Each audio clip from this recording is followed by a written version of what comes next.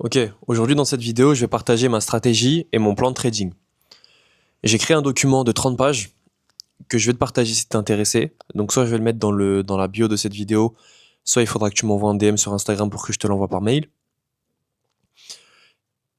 Ma stratégie de trading, ça fait 3 ans que je la développe. J'ai commencé le trading il y a 3 ans, un tout petit peu plus. C'est le fruit de plusieurs années de travail. C'est le fruit de beaucoup de pertes, beaucoup de gains, de statistiques que j'ai accumulées. Et j'ai fini par trouver ma rentabilité. Et c'est la stratégie que j'applique aujourd'hui. On va parcourir un peu ce document. Ce sera une série de vidéos, de plusieurs vidéos. Et je te garantis que dans ces vidéos-là, tu auras l'ensemble des éléments dont tu as besoin pour être rentable. Après, ce sera une question d'exécution et de psychologie. On va passer sur le document. Je vais commencer par décrire la méthode, puis je vais parler des confluences dans une autre vidéo, et je terminerai par une troisième vidéo où je montrerai des exemples de trades et de setup que j'ai pris. Je vais aussi documenter la méthode en live sur Instagram, donc sur les setups à venir sur les marchés. Donc n'hésite pas à t'abonner sur Instagram et à suivre les stories. Sur YouTube, je mettrai des débriefs. Donc on va commencer. Je vais commencer par enregistrer l'écran du PC, parce que sinon, tu vas rien voir.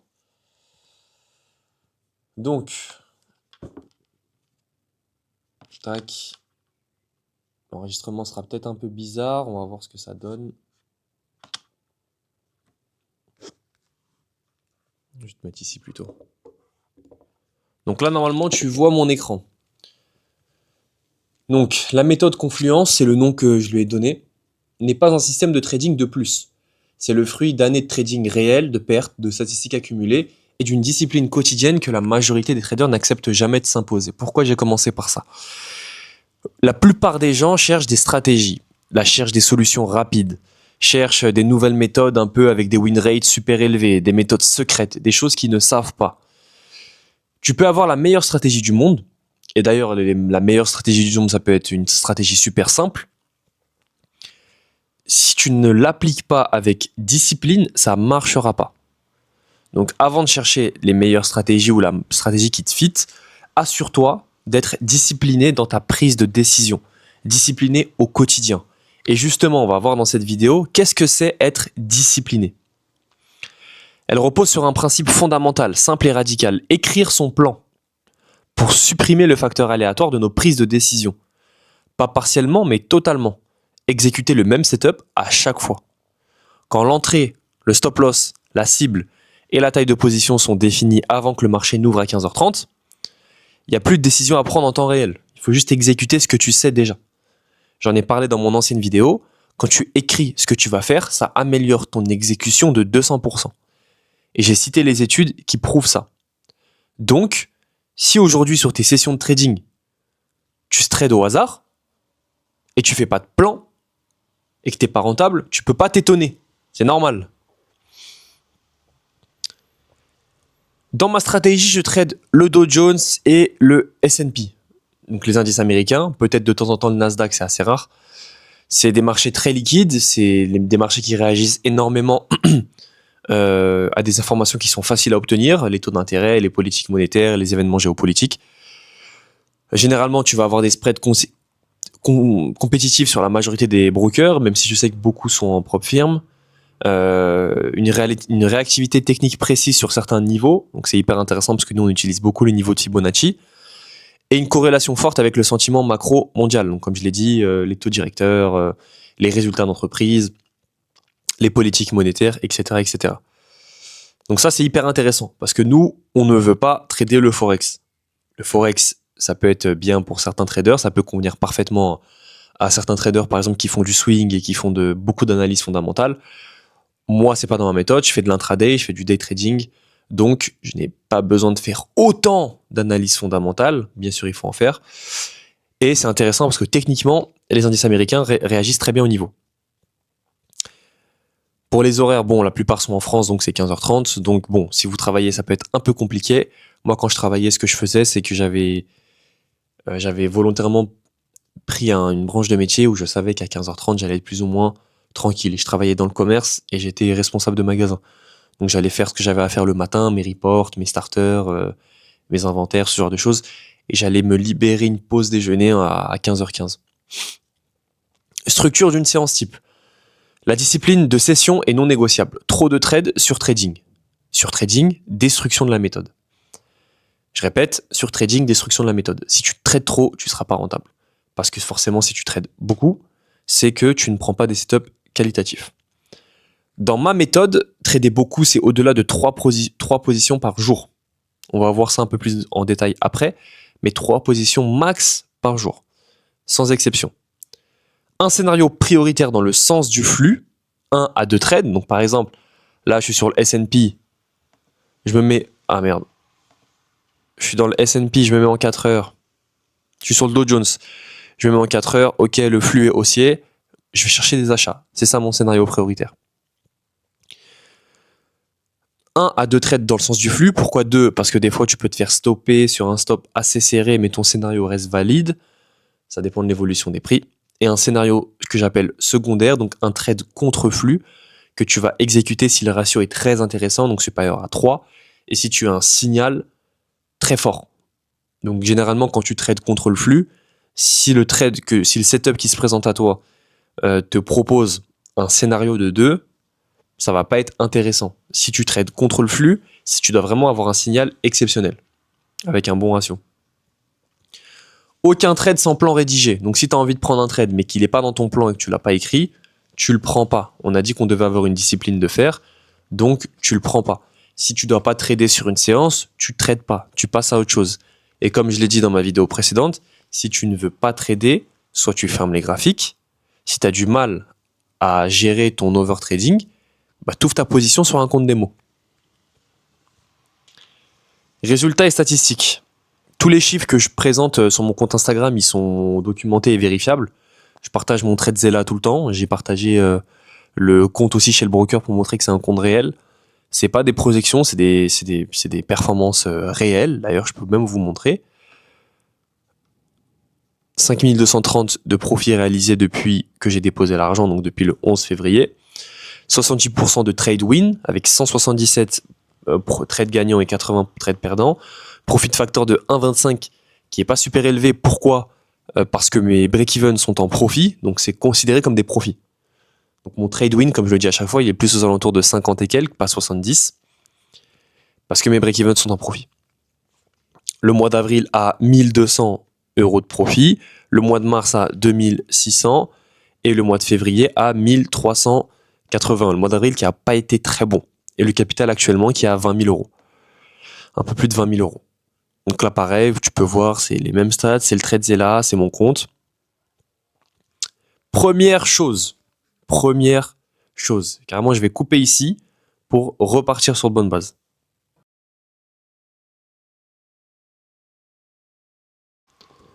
On se retrouve du coup pour parler des confluences qu'on va rechercher. D'abord, le flux. Soit tu peux payer le flux futur sur TradingView. Moi, personnellement, je pense que c'est pas nécessaire. Soit tu utilises les moyennes mobiles. On va passer sur TradingView. MMA 20, 50, 200. Donc la moyenne des 20 dernières bougies, 50 dernières bougies, 200 dernières bougies.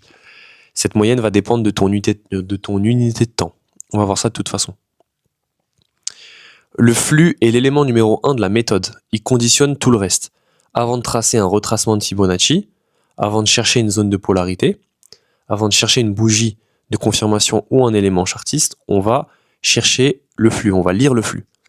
Cette étape, c'est la première. Sur tous tes graphiques, tu dois avoir tes moyennes mobiles. Si tu traites dans le flux, quand une tendance est avérée, tu te mets du même côté que la majorité des participants. Parce que si la tendance est haussière, la majorité des participants, ou la majorité des transactions, du volume de transactions réalisées, est haussier. Là-dessus, tu seras d'accord. Donc tu es du même côté peut-être que les institutions, que les fonds, que les traders algorithmiques, ou que les traders retail, même ça dépend. Tous travaillent avec des moyennes mobiles. Si tu t'alignes sur les moyennes mobiles, tu t'alignes sur le momentum, et si tu as le flux daily de ton côté, tu es du côté des probabilités.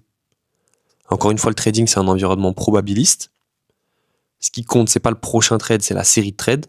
Et sur la série de trades, si tu es dans le flux, donc si tu as bien défini le flux, tu es du bon côté des statistiques. Ici, on a un petit graphique. Bon, je l'ai mis vraiment pour les personnes qui auront le PDF.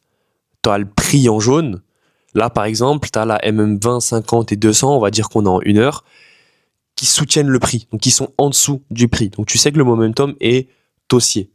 À partir de là, tu sais que tu cherches des achats. Si tu as des conflits de moyenne mobile, donc par exemple le prix est entre la MM50 et la MM20, un tout petit peu au-dessus de la M50, en petite unité de temps, tu peux te dire, ok, il y a peut-être un conflit. Je vais attendre une clôture de bougie bien au-dessus de la MM20 pour chercher des achats. Ça va dépendre aussi d'autres éléments, mais c'est un exemple. MM20, c'est la moyenne mobile court terme. Elle reflète le momentum récent. Si le prix rebondit dessus, le flux est fort. Si elle est croisée à la baisse, le momentum peut s'affaiblir. Donc ça, c'est comme l'exemple que j'ai donné juste avant. La moyenne mobile 50, donc la moyenne des 50 dernières bougies. C'est la moyenne terme, c'est notre moyenne mobile favorite, c'est celle qu'on va préférer. C'est une zone de réaction clé, parce que c'est celle qui est entre la 200 et la 20. Donc elle est hyper intéressante. Elle est souvent confluente avec Fibonacci. Quand tu vas tracer tes retracements de Fibonacci sur des impulsions, sur des retraces ou sur des corrections en 1 heure ou en 15 minutes, très souvent la MM50 va te donner beaucoup d'indications. On verra ça juste après. La moyenne mobile 200, donc c'est la long terme, c'est le flux structurel du marché. Si le prix est au-dessus de la MM200, le marché est haussier sur le long terme, tu n'as aucun doute. Si elle est en dessous, contexte baissier. Si les moyennes sont alignées, le prix est aligné avec les moyennes, donc les moyennes mobiles 20, 50 et 200, le flux est haussier et c'est confirmé. C'est la configuration idéale qu'on va rechercher dans la méthode pour trouver des achats. Il faut regarder ça en différentes unités de temps, daily, 4 heures, 1 heure, 15 minutes. D'ailleurs, je vais rajouter le 15 minutes. Et pour toutes les personnes qui sont encore à ce moment de la vidéo, prenez des notes. Faites-vous une petite note, comme ça vous allez la relire avant chaque session. On regarde les moyennes mobiles. Bien sûr, c'est sur les indices. Ne commencez pas à appliquer ma stratégie sur des crypto-monnaies. Ça peut marcher, mais elle est backée, elle a été testée et approuvée sur les indices américains. La lecture du flux, elle se fait sur 3 unités de temps en cascade. La concordance des 3 time frames est le premier filtre de la qualité d'un setup. En 4 heures, en 1 heure et en 15 minutes. En 4 heures, on va chercher la direction de fond, les zones Fibonacci majeures, les zones de polarité. Donc je rappelle, une zone de polarité, c'est une zone qui a fait support et résistance. Et encore mieux si cette zone de polarité concorde avec un niveau Fibonacci. C'est sur le setup de vendredi que j'ai eu ça, par exemple, vendredi dernier. Tu peux aller voir sur mon compte Insta. Et c'était magnifique. Ensuite, tu as la time frame 1 heure. Donc, c'est le flux intermédiaire. Hyper intéressante, pareil, pour retracer les retracements de Fibonacci, pour trouver des zones de polarité un peu plus récentes, actives. Et pour faire les scénarios. Hyper important. 4 heures, c'est plus pour le flux. Et pour les zones très importantes. 1 heure, on fait les scénarios. 15 minutes, on va chercher des signaux chartistes. On va savoir où est-ce qu'on place nos stop loss. En dessous des niveaux Fibo, en dessous des bougies englobantes, en dessous de la ligne de coup, par exemple, si on casse un double bottom, un triple bottom. Tout ça, c'est des figures que tu dois connaître, donc n'hésite pas à aller faire tes propres recherches aussi. Donc ça, c'est pour les unités de temps. N'hésite pas à faire une capture d'écran là, sur la time frame 4 heures, 1 heure et 15 minutes, c'est hyper important. Comme je l'ai dit, le 4 heures, c'est le flux dominant, ça donne la direction de fond, c'est le juge suprême. Le 1 heure, ça confirme la direction des 4 heures et ça te permet de faire les scénarios. Le 15 minutes, c'est le flux tactique, c'est nos entrées techniques. Deuxième partie, les retracements de Fibonacci. Fibonacci, c'est pas de la magie, c'est de la géométrie de marché. Ces niveaux fonctionnent parce que des millions de traders les regardent simultanément, ce qui crée des réactions auto-réalisatrices sur des zones précises. Ce que nous faisons, c'est anticiper des zones pour créer nos scénarios et voir si on réagit sur ces zones. Je vais te montrer le setup de vendredi. En 4 heures, le flux était haussier. Sur la clôture de cette bougie-là et sur cette zone de stagnation qui a duré plusieurs semaines, tu peux tracer tes retracements de Fibonacci sur la dernière impulsion. Ok ? On peut voir qu'on a le niveau, la golden zone 0,6 et 0,5. Cette zone-là, si on descend en 1 heure, c'est aussi zone de polarité, parce qu'elle a fait résistance 2 fois, puis elle a fini par faire support. Ok ? Donc, le niveau 0,5 de la dernière impulsion 1 heure des retracements de Fibonacci, donc un niveau technique où le prix peut réagir, parce que c'est la golden zone, c'est la zone à plus haute probabilité, c'est une zone qui fait également zone de polarité.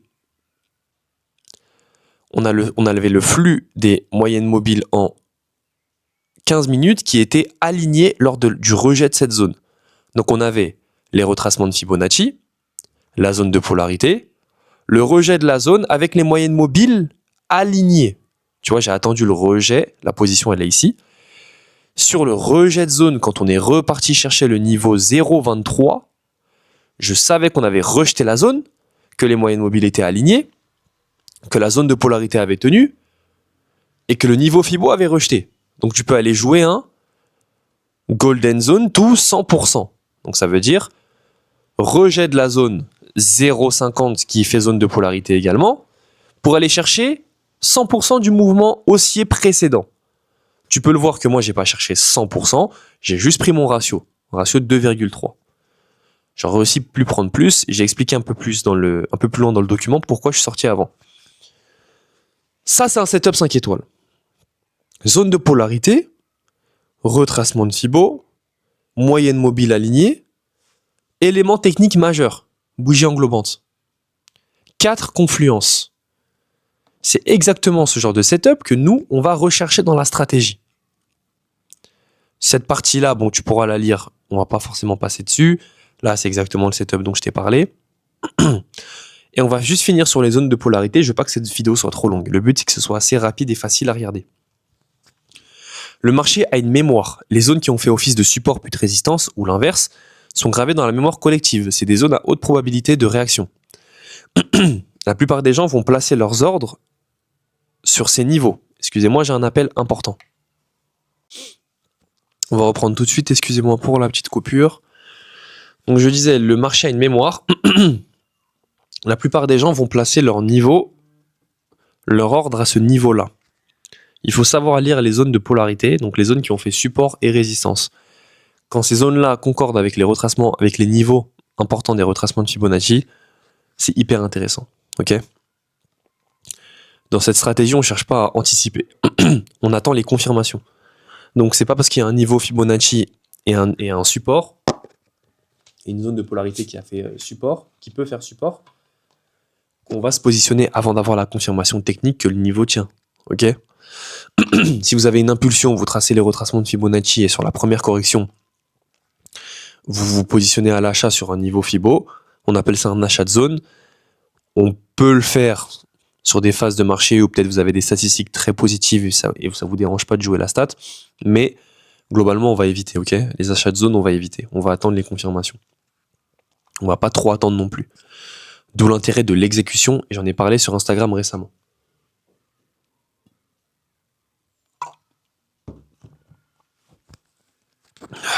Donc la zone de polarité, sur le dos, c'était exactement cette zone-là. Support, support et résistance. Donc ça, c'est une zone de polarité. J'ai mis des exemples de trades. Le système de confluence, comment valider un setup ? Pour avoir un setup valide, il te faut au moins 2 éléments de confluence alignés. Pas un seul isolé. La méthode confluence, je lui ai donné ce nom parce qu'elle tire la logique de ce nom-là. On a plusieurs éléments indépendants qui viennent confirmer un scénario qu'on a préécrit. Le flux, moyenne mobile 20, 50, 200 en différentes time frames. Les retracements de Fibonacci sur les impulsions ou corrections, on va chercher à trader uniquement des moments où la tendance est avérée. Cette stratégie n'est pas adaptée si le marché range.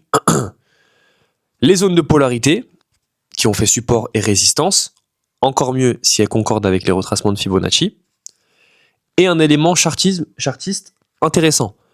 Double bottom, triple bottom, bougie englobante, doji, figure de retournement, figure de continuation, drapeau.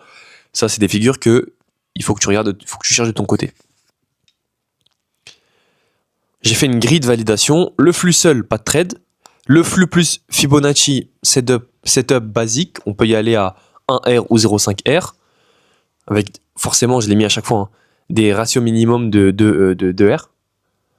Flux Fibonacci, polarité, setup solide. Flux Fibonacci, polarité, moyenne mobile. Setup premium, c'est ce qu'on va privilégier. Pourquoi j'ai mis ratio minimum 1,5 ? C'est des trades à très haute probabilité.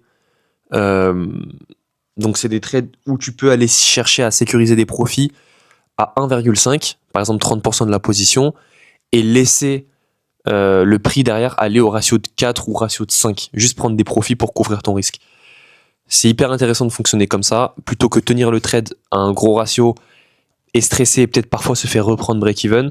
N'hésite pas à sécuriser au ratio de 1,5 ou même 2 en vrai. D'ailleurs, je mets même 2 parce que bon, c'est peut-être un peu trop sécuritaire. Mais derrière, il faut laisser le prix aller. Il faut laisser le prix aller à un ratio au moins 3,5-4. C'est des setups premium. Qui dit setup premium dit on va chercher à maximiser le potentiel de la position. Contreflux, setup exceptionnel, 3R minimum. Donc dans cette vidéo, je ne vais pas parler des setups contreflux. La confluence va définir la zone qu'on va chercher. Le chartisme, lui, va définir le moment. On va jamais rentrer par anticipation, on va attendre la confirmation que le marché réagit bien à la zone identifiée. C'est ce délai, c'est cette patience qui est primordiale et qui fait la différence. Voilà pourquoi je parlais sur Instagram récemment de l'exécution du système. Il ne faut pas anticiper, il faut exécuter quand on a la confirmation. Pour ça, il faut travailler sa patience. On va avoir différents éléments chartistes intéressants. Les bougies englobantes, c'est le signal préféré. Ça indique une prise de contrôle franche d'un camp sur l'autre, souvent accompagnée d'un volume supérieur à la moyenne. Donc tu peux afficher les volumes aussi sur tes graphiques. Englobante haussière sur zone de confluence, zone de polarité, entrée longue avec stop, sous le bas de la bougie ou sous le retracement de Fibonacci ou sous la zone de polarité. Pareil pour l'englobante baissière. Alors quand tu as une englobante, ça ne veut pas dire que tu rentres à la clôture de l'englobante. Ok, attention. Double top, double bottom, j'aime beaucoup aussi ces figures. J'avais tracé un double top et j'avais pas pris le trade il y a un petit moment, mais ça va vous permettre de voir. Là, par exemple, on a un double bottom. On n'arrive pas à casser. On revient en... Alors, attends. Parce que je l'avais tracé un peu plus proprement. Je l'avais tracé... Tac, tac, tac, tac, tac.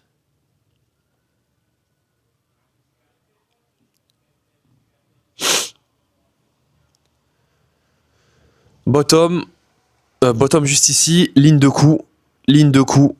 Et une fois qu'on casse cette ligne de coup, je vais juste mettre des rectangles pour que tu puisses voir c'est quoi la ligne de coup. La ligne de coup, c'est ça. Et le bottom est juste là.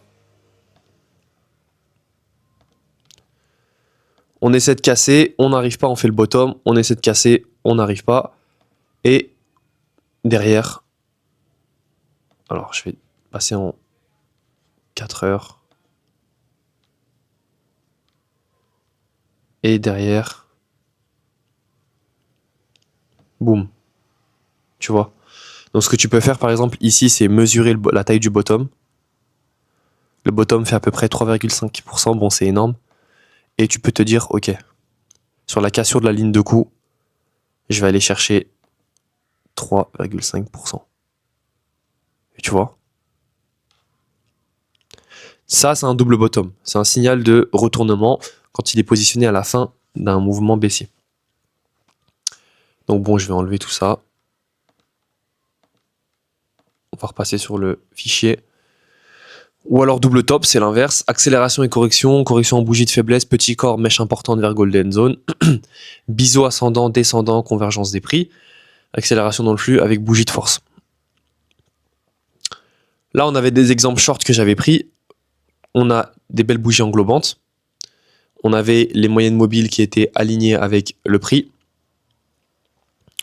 On avait le contexte fonda aussi qui était baissier. Ah oui, dans cette vidéo, je vais parler du contexte fonda à la fin.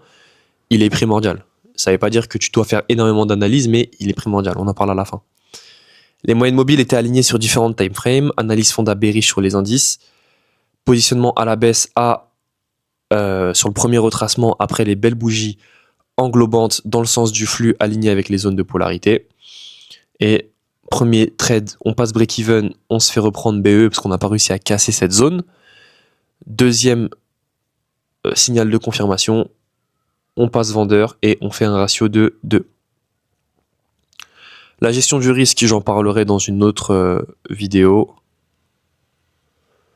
parce que là, ça m'intéresse pas. Et l'analyse fonda aussi, ça fera l'objet d'une autre vidéo que je posterai peut-être fin de semaine. Bon, c'est une fiche hyper importante. Dans tous les cas, vous pourrez aussi la lire les calendriers éco, savoir quand est-ce qu'il y a des résultats d'entreprise. Le plan de trading aussi, je vais en parler dans une autre vidéo. Donc, like cette vidéo, mets un commentaire, ça va me motiver. Et pour la prochaine vidéo, je ferai la fonda et je terminerai par le plan de trading. Les checklists, pareil, ça fait partie du plan. Le TradeZilla, pareil. Et là, tu as des exemples de trades que j'ai pris. Cet achat sur le Dow Jones, sur casure de niveau Fibo. Normalement, j'ai mis le graphique. Donc sur ce trade, j'ai fait 2,3 R, 745 €. Je suis sorti un peu early, donc c'est le trade que je t'ai présenté en début de vidéo. Niveau Fibo. Ouais, j'ai pas mis le graphique, il faut que je le rajoute, c'est celui-là. Rejet du niveau Fibo qui fait zone de polarité. Bougie englobante, alignement des moyennes mobiles. Boum, ratio de 2,3, c'est celui-là. C'est celui-là. T'as d'autres exemples. Tu vas avoir ce short que j'ai pris sur le S&P il y a 2 semaines. Session qui avait commencé par 2 pertes d'ailleurs. Journée qui finit BE après ce magnifique setup vendeur à la journée du 21. 25% de win rate sur la journée, pourtant BE. Donc l'importance du risque-reward. Les mathématiques font leur travail pour couvrir les risques engagés. Beau trade est sorti, respecté. Tu peux voir, j'avais pris 3 pertes. En un profit, on avait fini break-even. Et j'ai aussi montré certains setups où je me suis fait stop loss par honnêteté. Donc j'explique tout là-dessus. Et je parle aussi de psychologie de trading. Bref, il y a tout. Il y a tout là-dessus. J'espère que cette vidéo t'a plu, elle était assez longue, assez concise, je passe assez vite. J'ai toujours dit que je voulais pas proposer de formation ni de coaching, pour ça je partage ça gratuitement. Maintenant, aujourd'hui, moi je sais que je suis un trader rentable, je sais que j'ai pas mal de bons conseils à partager, je sais que ce fichier est hyper qualitatif et je sais que cette stratégie marche. Si t'es intéressé vraiment par un coaching, j'en ai jamais proposé. Mais en fonction de vos profils, sur un mec vraiment hyper motivé, ça peut peut-être m'intéresser. Parce que ça reste ma passion, parce que je veux vivre de ma passion, et parce que si je veux aller plus loin avec quelqu'un et vraiment m'assurer qu'il devienne rentable, parce que je sais que je peux faire que quelqu'un devienne rentable, moyennant quelques mois bien évidemment, envoie-moi un DM, au pire on pourra toujours s'appeler, on pourra parler. Je vais être très transparent, si je vois que c'est un peu compliqué, je vais te dire que je préfère pas. Si je vois par contre que tu as de bonnes bases et que t'es pas loin d'aller plus loin, on pourra toujours travailler ensemble. En tout cas, ce sera tout pour cette vidéo. J'espère qu'elle t'a plu. Like, abonne-toi, mets la cloche pour les prochaines vidéos. On va parler d'analyse fonda, on va parler de plan de trading et on va parler de psychologie. Donc il y a 4 vidéos à venir cette semaine. Les pouces bleus, les commentaires que tu peux mettre, c'est vraiment le seul truc qui peut entre guillemets, me motiver. C'est ce qui me donne envie de continuer. Donc n'hésite pas à le faire. Et on se voit cette semaine.